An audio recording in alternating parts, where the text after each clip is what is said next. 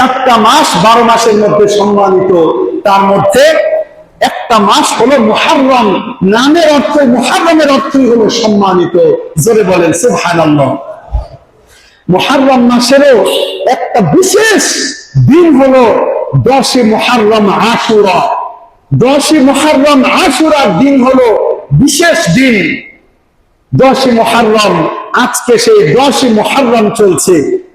এই দিনে অনেকগুলো ঘটনা পৃথিবীর ইতিহাসে ঘটেছে, যে কারণে যে ঘটনাগুলো আপনাদের সামনে আজকে আমি বর্ণনা করব, যদিও সময় খুব বেশি নেই। সর্বপ্রথম যে ঘটনাটা ঘটেছে সেটা হলো হাদিসের মধ্যে এসেছে, বিশ্ব নবী মক্কা থেকে মদিনায় হিজরত করেছেন, সফর করেছেন। মদিনায় যাওয়ার পরে বিশ্ব নবী দেখলেন মদিনার ইহুদিরা এই দিনটাতে, মুহররমের 10 তারিখে আশুরার দিনে মদিনার ইহুদিরা সবাই রোজাদার, রোজা রেখেছে। বিশ্বনবী তাদেরকে জিজ্ঞাসা করলেন, এই তোমরা কেন আজকের দিনে রোজা রাখলাম? তারা তখন বলল, ইয়া রাসূলুল্লাহ, ইয়া হাবিবাল্লাহ, আমরা আজকে আশুরার দিনে রোজা রেখেছি, উদ্দেশ্য হলো আমাদের নবী মুসা কালিমুল্লাহ যখন নাকি ফিরাউনের কবলের মধ্যে ছিল, প্রচন্ড জুলুমের শিকারের অবস্থায় ছিল, বারবার তাদের উপর জুলুম করা হচ্ছিল, তখন আল্লাহ মুসা আলাইহিস সালামকে বললেন, আপনি নীল নদের উপরে লাঠি মারেন, আপনি নীল নদের উপরে লাঠি মারেন। মুসা কালিমুল্লাহ নীল নদের উপরে লাঠি মারলো, আর আল্লাহ তাআলা বিশাল নদীর মধ্যে রাস্তা করে দিলেন। মুসা আলাইহিস সালাম তার দলবল সহকারে ওই নীল নদের উপরে রাস্তা দিয়ে সামনের দিকে অগ্রসর হয়ে গেলেন।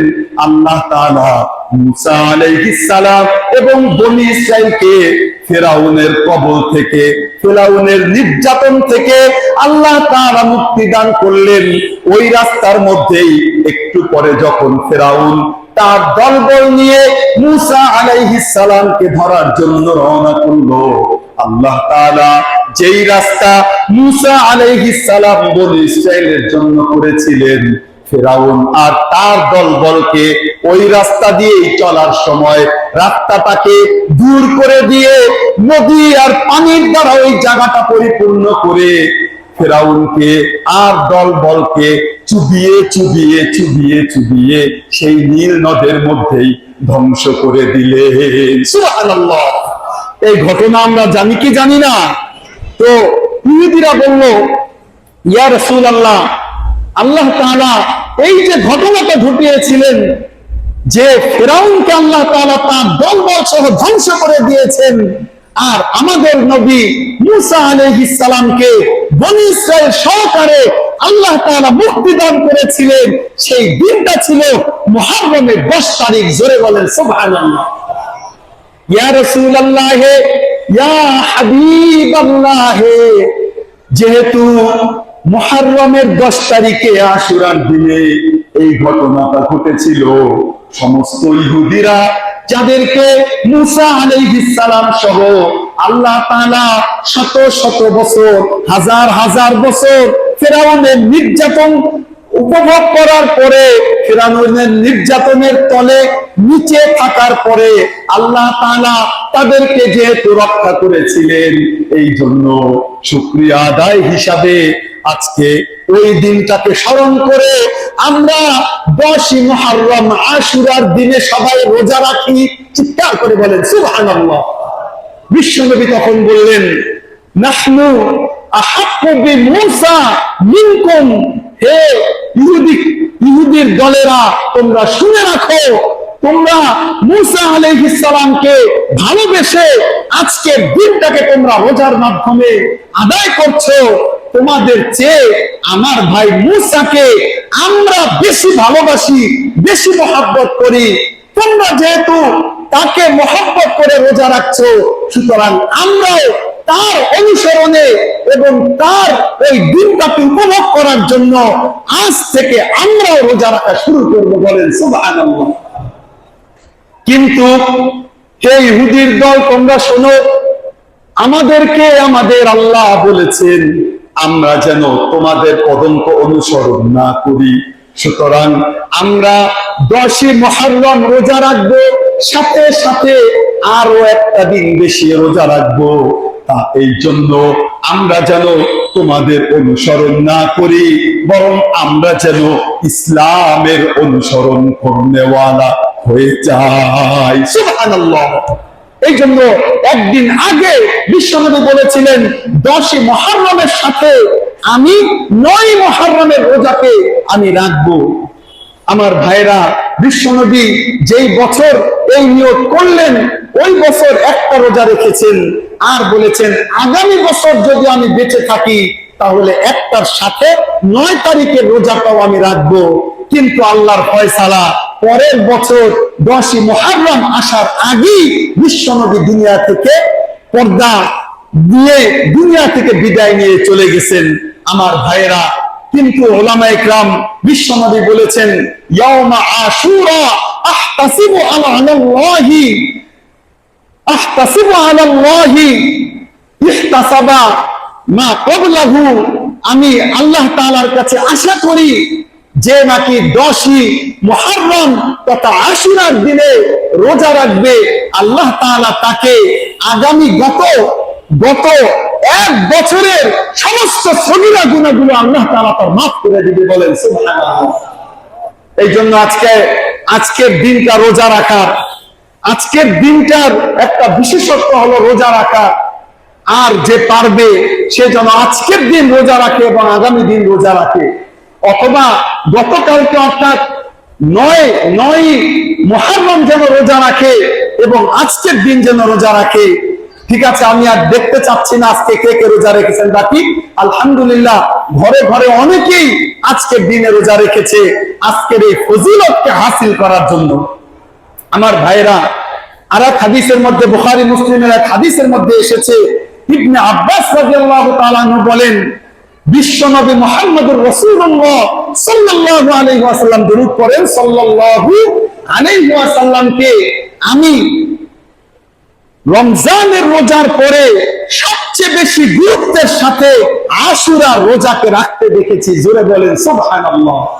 সুতরাং আমার ভাইরা, আশুরা রোজাকে যারা রেখেছে আলহামদুলিল্লাহ, যারা রাখিনি নিয়ত করি যে আগামী বছর থেকে এই রোজাটা আমরা রাখবো, নিয়ত করতে পারি না ইনশাআল্লাহ আগামী 1 বছরের গুনাহকে আল্লাহ তাআলা পরিপূর্ণরূপে মাফ করে দিবেন, বলেন সুবহানাল্লাহ।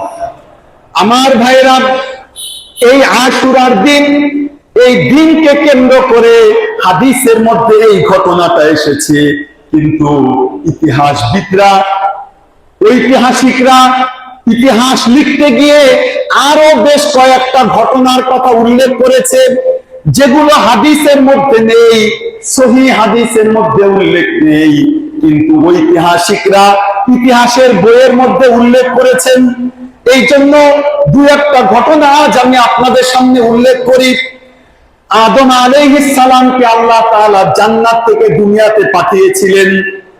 জান্নাত থেকে দুনিয়াতে পাঠানোর পরে আদম আলাইহিস সালাম আল্লাহর কাছে বারবার তওবা করছিলেন আর দোয়া করছিলেন। যেই দোয়াটা করছিলেন আমরা সবাই জানি, আমার সাথে দোয়াটা করেন, রব্বানা যালামনা আনফুসানা ওয়া ইল্লাম তাগফির লানা ওয়া তারহামনা লানাকুনান্না মিনাল খাসিরিন। দোয়াটা জানি সবাই? কে কে জানি দেখি তো? মাশাআল্লাহ, বেশি বেশি এই দোয়াটা পড়বেন, আল্লাহ আমাদেরকে আমলের তৌফিক দান করুন, বলেন আমিন। আরেকবার পড়েন, রব্বানা যালামনা আনফুসানা ওয়া ইল্লাম তাগফির লানা ওয়া তারহামনা লানাকুনান্না মিনাল খাসিরিন। একদিন নয়, 2 দিন নয়, 1 বছর 2 বছর নয়, হাদিসে পাকের মধ্যে, কিতাবের মধ্যে এসেছে লম্বা সময়, এক জায়গায় এসেছে 1000 বছর। 1000 বছর এই দোয়াটা বারবার বারবার করতেছিলেন। পড়তে পড়তে পড়তে পড়তে পড়তে পড়তে অবশেষে ওনার জেহেনে আসলো, আমি তো জান্নাতের দরওয়াজার সামনে একটা লাইন লেখা দেখেছিলাম, আজকে ওই লাইনটা আমি পড়ি। ওইটা পড়ে আল্লাহর নামের সাথে একটা নাম দেখেছিলাম, ওই নামটা আজকে আমি জপি, ওই নামের সাথে আমি আজকে আল্লাহর কাছে তওবা করি, দেখি আমার আল্লাহ আমার তওবাকে কবুল করে কিনা। কারণ আমি তো গম বৃক্ষ থেকে আমাকে খেতে নিষেধ করেছিল, আমি তো ভুলে খেয়ে ফেলেছিলাম। আজকে ওই নামটা সহকারে আমি করে দেখি আল্লাহ আমাকে মাফ করে কিনা।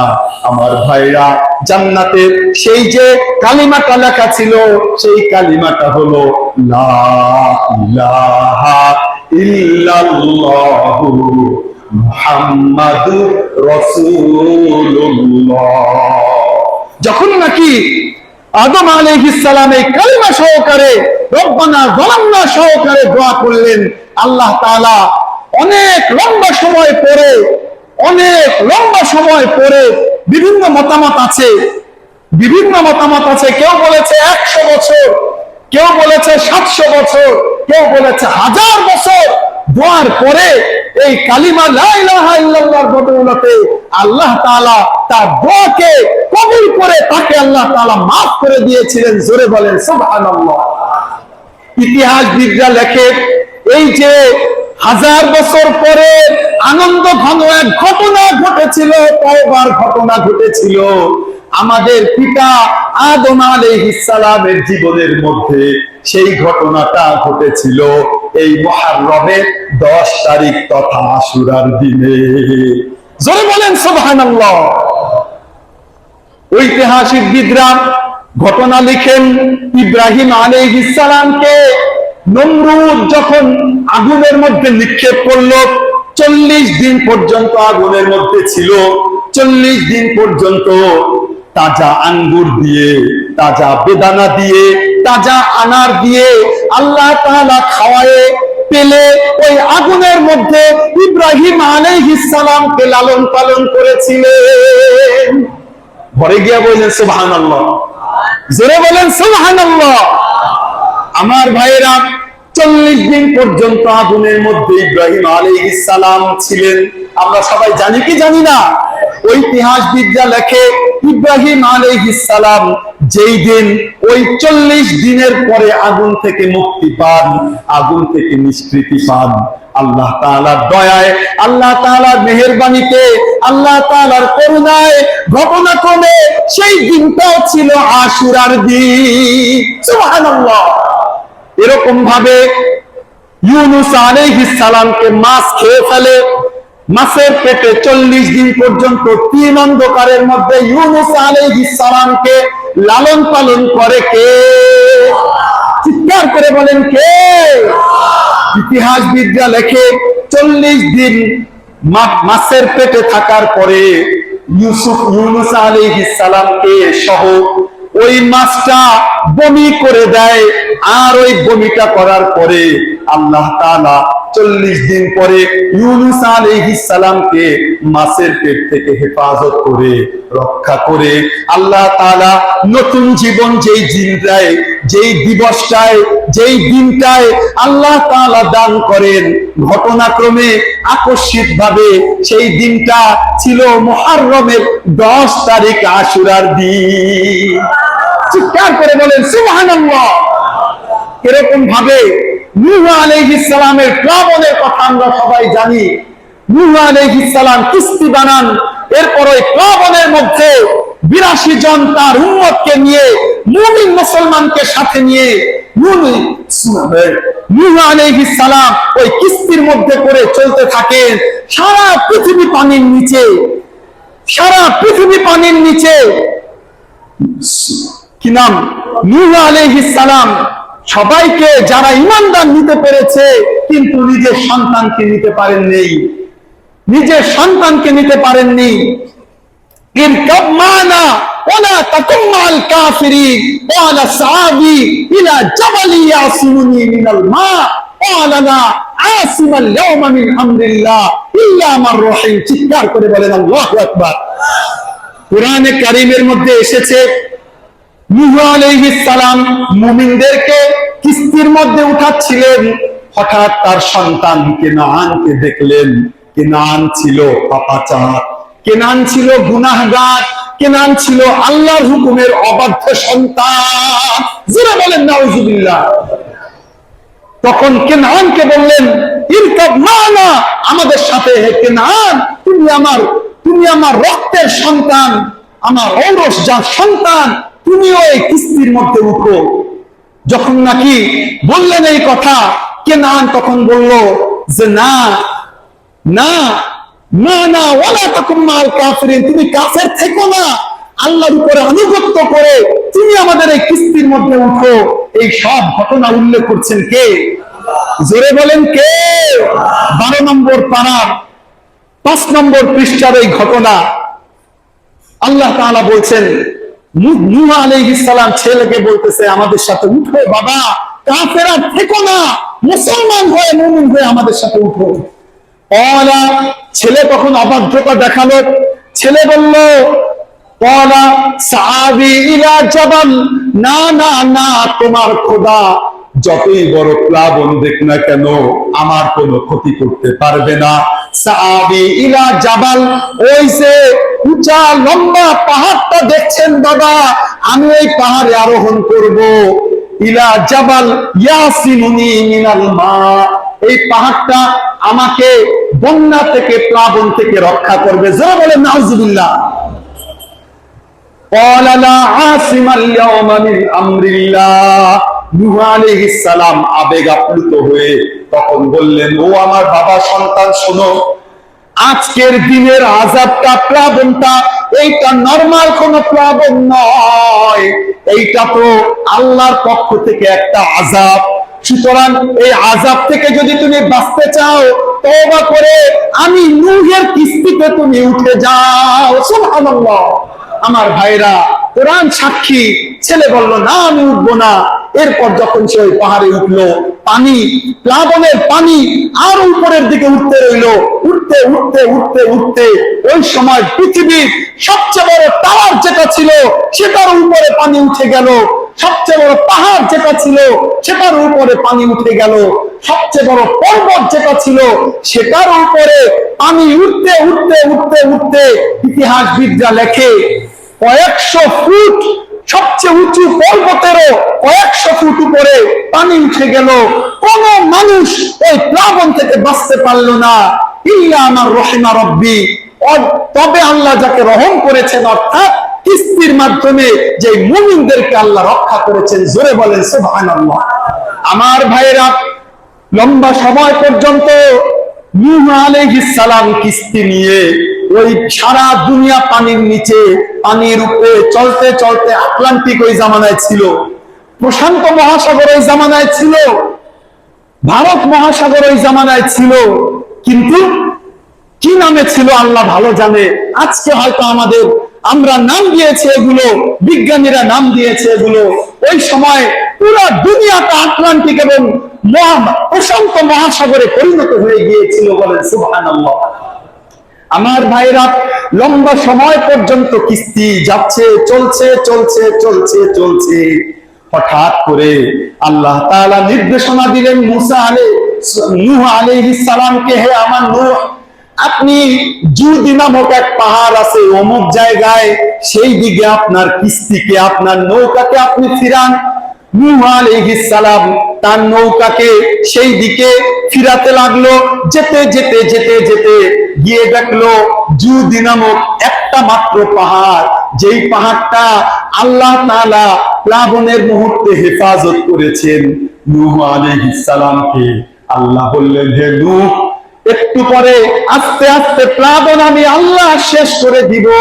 আপনি আপনার মুমিন উম্মতদেরকে নিয়ে ওই জুদি পাহাড়ে ল্যান্ড করেন, ওইখানে আপনি নামেন, ওইখানে আপনার জন্য বাঁচার বসবাস করার সব ধরনের আয়োজন আমি আল্লাহ করে দিব।